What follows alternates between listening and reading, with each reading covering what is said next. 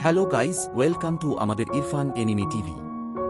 আজ আমরা আলোচনা করব সোলো লেভেলিং সিজন 2 এর এপিসোড 4 সম্পর্কে। এপিসোডের শুরুতেই আমরা দেখতে পাই আমাদের নায়ক সাং জিনু একটি ডানজন থেকে বেরিয়ে আসছে।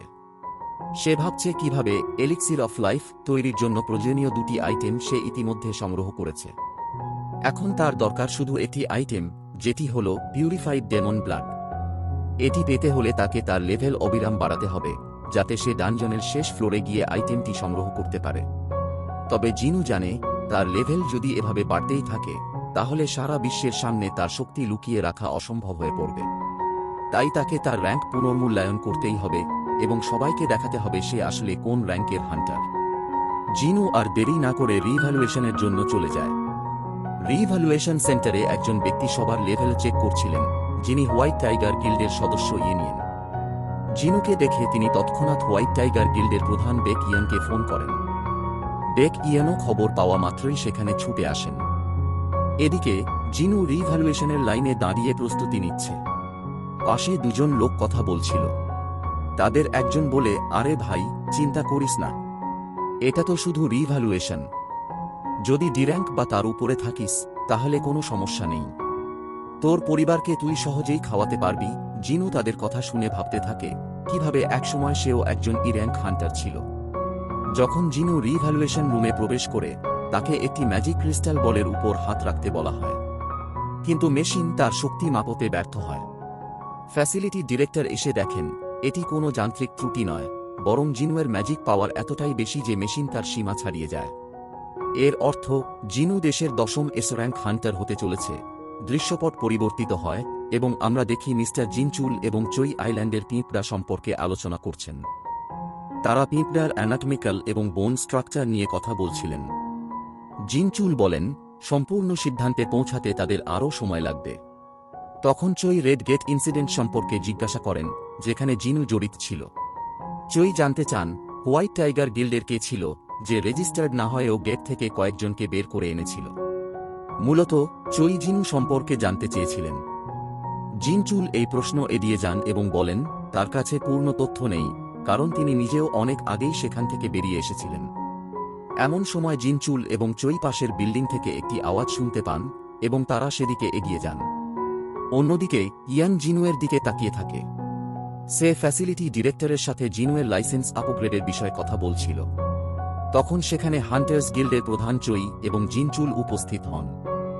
চই জিনুকে দেখে তার শক্তি চিনে ফেলেন এবং নিজের পরিচয় দিয়ে বলেন, তোমার সাথে আমার একটু কথা আছে। কিন্তু জিনু তাকে এড়িয়ে চলে যান, এমনকি তার দেওয়া হাতও মেলান না। এতে চই কিছুটা মর্মাহত হন এবং ভাবেন, আমি কি নিজেকে বেশি গুরুত্ব দিয়ে ফেললাম। জিনচুল তাকে সান্ত্বনা দিয়ে বলেন, এমন কিছুই নয়। চই তখনও ভাবতে থাকেন, জিনু কি সত্যিই একজন এস র্যাঙ্ক হান্টার।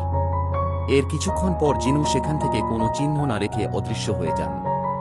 এতে চই বুঝতে পারেন জিনু নিশ্চয়ই একজন অ্যাসাসিন টাইপ হান্টার। এরপর সেখানে আসেন বেক ইয়ান।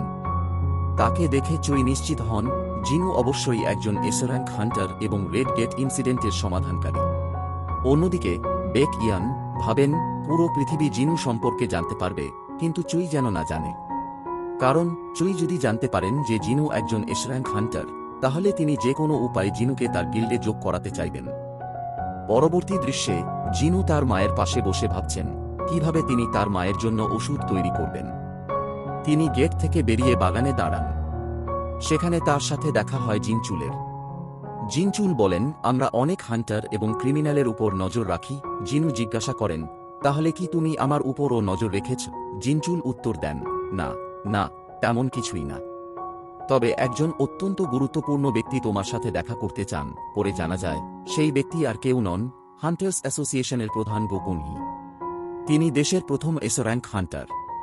তিনি রিভ্যালুয়েশনের তারিখ পিছিয়ে দিয়েছিলেন, কারণ তিনি জানতেন ম্যাজিক ক্রিস্টাল জিনুয়ের শক্তি পরিমাপ করতে পারছে না। তাই জিনু দেশের 10ম এস র্যাঙ্ক হান্টার হতে চলেছেন। গো গুনহি জিনুকে বলেন, হান্টার্স অ্যাসোসিয়েশনে অনেক হান্টার আছে, কিন্তু উচ্চমানের হান্টার খুবই কম। আমার অধীনস্থ জিনচুলকেই দেখো, সে খুব শক্তিশালী, কিন্তু সে একজন এ র্যাঙ্ক হান্টার। কেন জানো? কারণ বেশিরভাগ হান্টার টাকা, ক্ষমতা এবং অবস্থানের জন্য গিল্ডে যোগ দেয়। গো গুনহি চান জিনু যেন কোনো গিল্ডে না গিয়ে হান্টার্স অ্যাসোসিয়েশনে যোগ দেন এবং দেশের জন্য কাজ করেন। কারণ দেশে 5টি প্রধান গিল্ড রয়েছে যাদের ক্ষমতা প্রায় সমান। জিনু যদি কোনো গিল্ডে যোগ দেন তাহলে সেই গিল্ডের ক্ষমতা ভারসাম্য ভেঙে যাবে। জিনু গো গুনহির প্রস্তাব মনোযোগ দিয়ে শোনেন এবং ভাবেন 8 বছর বয়সেও গো গুনহি কিভাবে এত শক্তিশালী। তবে শেষ পর্যন্ত তিনি প্রস্তাব ফিরিয়ে দেন। এতে গো গুনহি কিছুটা মর্মাহত হন এবং ভাবেন জিনু কি অন্যদের মতো টাকার পেছনে ছুটবে। জিনু তখন বলেন তিনি কোনো অ্যাসোসিয়েশনের সাথে নিজেকে বেঁধে রাখতে চান না। তার হৃদয় যুদ্ধক্ষেত্রে থাকে, তাই তিনি সবসময় ডানজনের মধ্যেই থাকতে চান। এটা শুনে গো গুনহি মনে মনে ভাবেন যদি আমার বয়স আরও 1 বছর কম হতো আমিও তোমার সাথে অ্যাডভেঞ্চারে বেরিয়ে পড়তাম। জিনু সেখান থেকে চলে যাওয়ার প্রস্তুতি নেন। তখন গো গুনহি জিনচুলকে বলেন আজ আমার সব মিটিং বাতিল করে দাও, আমি এখন একটু মদ খাবো আর আরাম করব। তিনি জিনচুলকেও তার সাথে যোগ দেওয়ার আমন্ত্রণ জানান, কিন্তু জিনচুল স্বাভাবিকভাবেই তা অস্বীকার করেন। এদিকে জিনু ভাবতে থাকেন কিভাবে তিনি তার লেভেল আরও বাড়াতে পারেন যাতে তার মায়ের চিকিৎসায় সাহায্য করতে পারেন। অন্যদিকে আমরা আমেরিকার একটি দৃশ্য দেখতে পাই যেখানে হান্টার ডংশু আহত অবস্থায় হাসপাতালের বিছানায় শুয়ে আছেন। তার শরীরে গভীর ক্ষতচিহ্ন।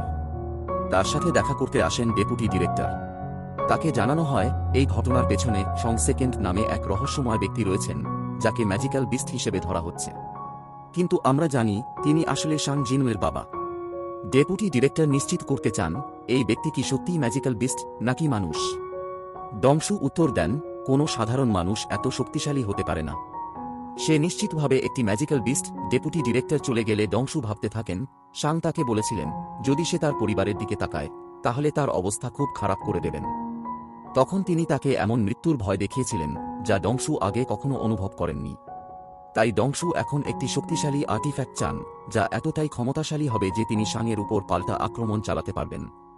অন্যদিকে জিনু বাড়িতে ইন্টারনেটে আর্টিফ্যাক্ট খুঁজছেন, কিন্তু সেগুলো অত্যন্ত দামি। ডেমন ক্যাসেলে যাওয়ার আগে তিনি নিজেকে সম্পূর্ণ প্রস্তুত করতে চান। তখন তার মনে হয় তার স্পিয়ার অফ এভারেজ বিক্রি করে দেওয়া উচিত। এই স্পিয়ার যে কোনো হান্টারের ম্যাজিক্যাল শক্তিকে দ্বিগুণ করে, তাই এটি অত্যন্ত মূল্যবান। ইন্টারনেটে পাওয়া আর্টিফ্যাক্টগুলো সাধারণত ম্যাজিক্যাল শক্তি 2030 বাড়ায়, তাই এই স্পিয়ার তাদের তুলনায় অনেক বেশি ক্ষমতাশালী। জিনু ভাবেন যদি এই স্পিয়ার ভুল মানুষের হাতে পড়ে তাহলে সবাইকে সমস্যায় পড়তে হবে।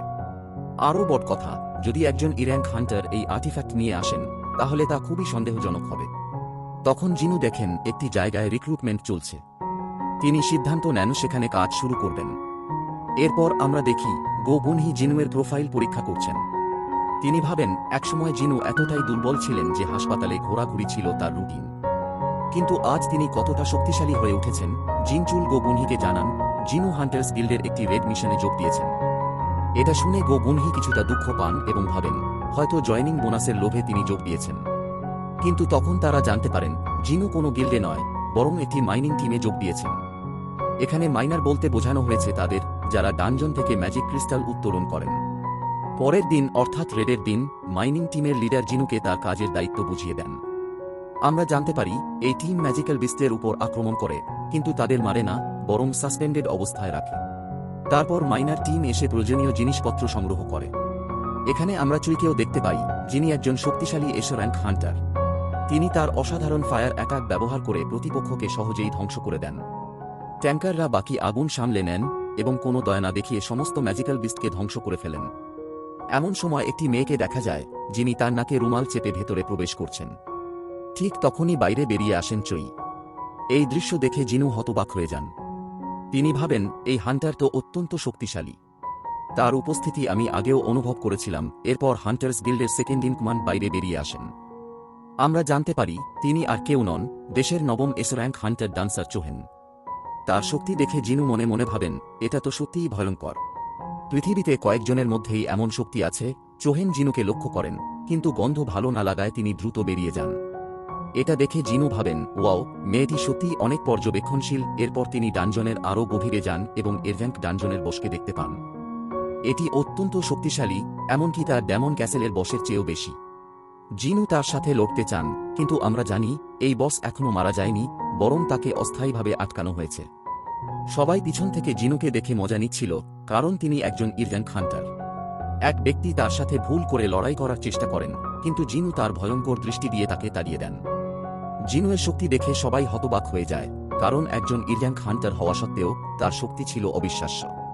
লাঞ্চ ব্রেকের সময় বস জিনুকে খেতে ডাকেন, কিন্তু তিনি বলেন, না, আমি আমার কাজ শেষ করে আসব। কিন্তু আমরা জানি জিনু কাজের অজুহাত দিয়ে ডানজনের ভেতরে ঢুকতে চেয়েছিলেন, যাতে তিনি বসকে একবার দেখতে পারেন বা সত্যি বলতে বসকে মারতে পারেন। অবশেষে সুযোগ পেয়ে তিনি ডানজনের ভেতরে প্রবেশ করেন। তিনি ভাবেন, এই বস মিটিসির চেয়েও অনেক বেশি শক্তিশালী।